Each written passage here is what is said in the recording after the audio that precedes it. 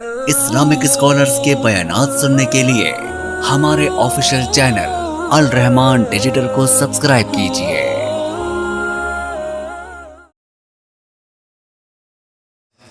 اور 10ویں بات اصلاح کے لیے، اللہ تعالیٰ آپ سب کو سلامت رکھے۔ آخری بات سے پہلے ایک گزارش کر سکتا ہوں؟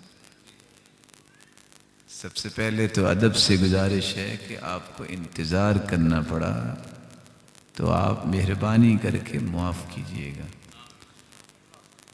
اصل میں فوتگی ہوگی، جس جنازے کے لیے پہنچنا تھا وہ بھی وقت پہ نہ پہنچ پائے، جس کی متصل پھر اگلے پروگرام جو ہے وہ لیٹ سے لیٹ ہوتے گئے۔ مجھے امید ہے کہ آپ معاف کر دیں گے، نہیں غصہ تو نہیں کریں گے؟ حدیث میں آتا ہے اللہ کے رسول نے، ایک صحابی نے جب کہا کہ اوصنی سے نہیں وصیت کیجیے، آپ نے کہا لا تغضب، غصہ نہ کر۔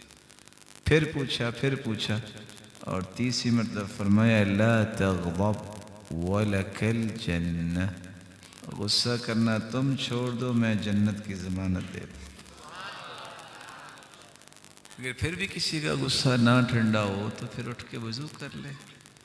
وہ صحابی کہتے ہیں ابو وائل، دخلنا على عروة بن محمد الساعدی، ہم عروہ بن محمد الساعدی کے پاس گئے، ایک بندے نے ان سے بات کی، ان کو غصہ آ گیا، انہیں جلدی سے اٹھے اور اپنی آستینیں چڑھائیں۔ ہم نے کہا اوف، لڑائی ہو گئی۔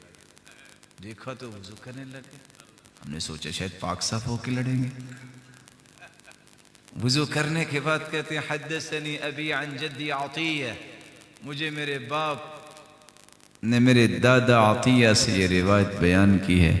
اللہ کے رسول نے فرمایا تھا ان الغضب من الشیطان،